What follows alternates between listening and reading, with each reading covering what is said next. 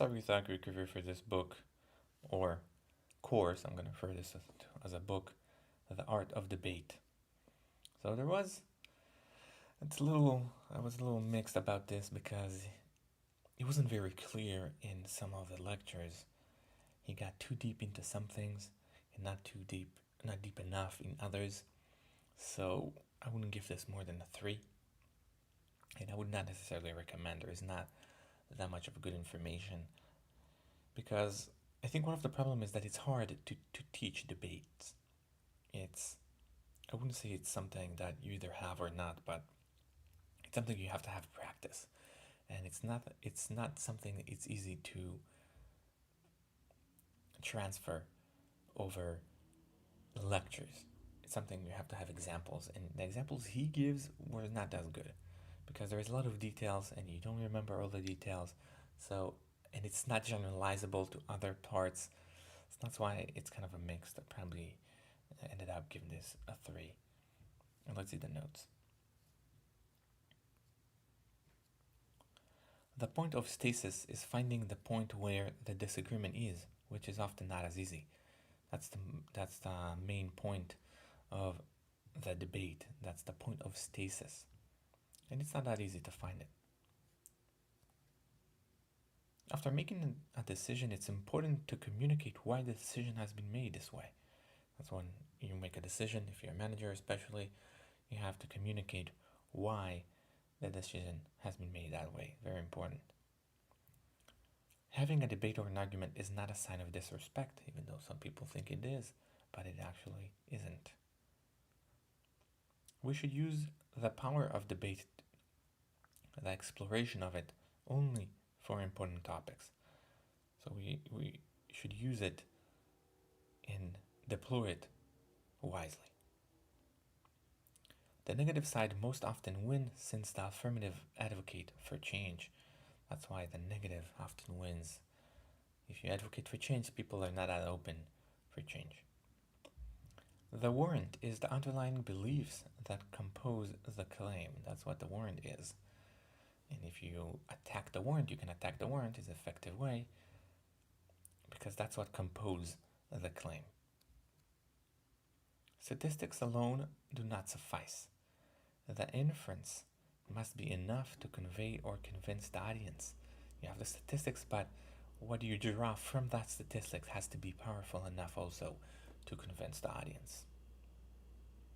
False dilemma is offering only 2 options where more options are possible. That's what it's a fallacy called the false dilemma. False analogy is often used to prove conspiracies. They give another example, which is a false example that is similar, but it's not.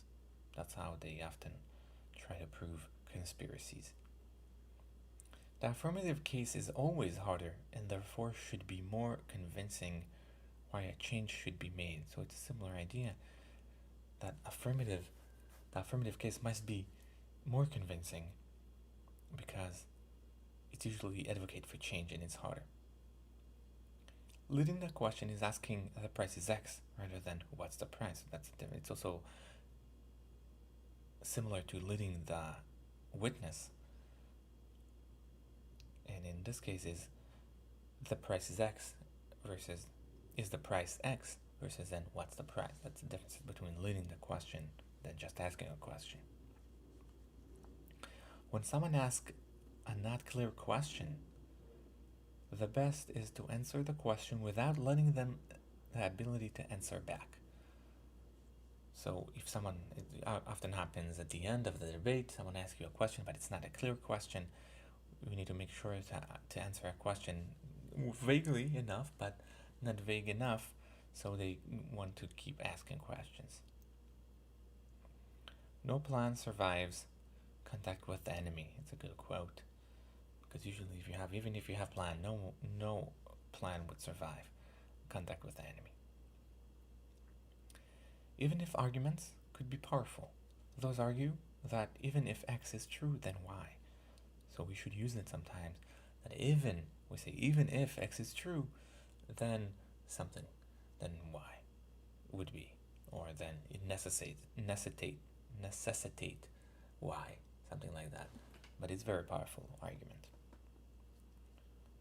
Asking someone what they think of argument X establishes knowledge and help contain the argument.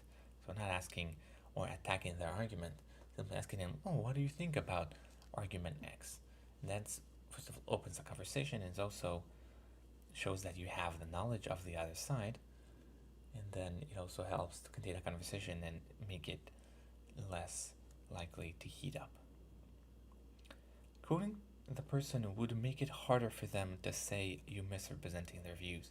So if you're able to write a quote or remember it very clearly, is going to be beneficial later if they're trying to say you're misrepresenting their views. And that's the last one. We need to know when and where to argue. Some people simply just waste your time. So not every argument is good because some people will just waste your time. So we need to deploy argumentation wisely. So that's it for the notes. Again, there is some good parts, but unless you're very new to debates, I would not necessarily recommend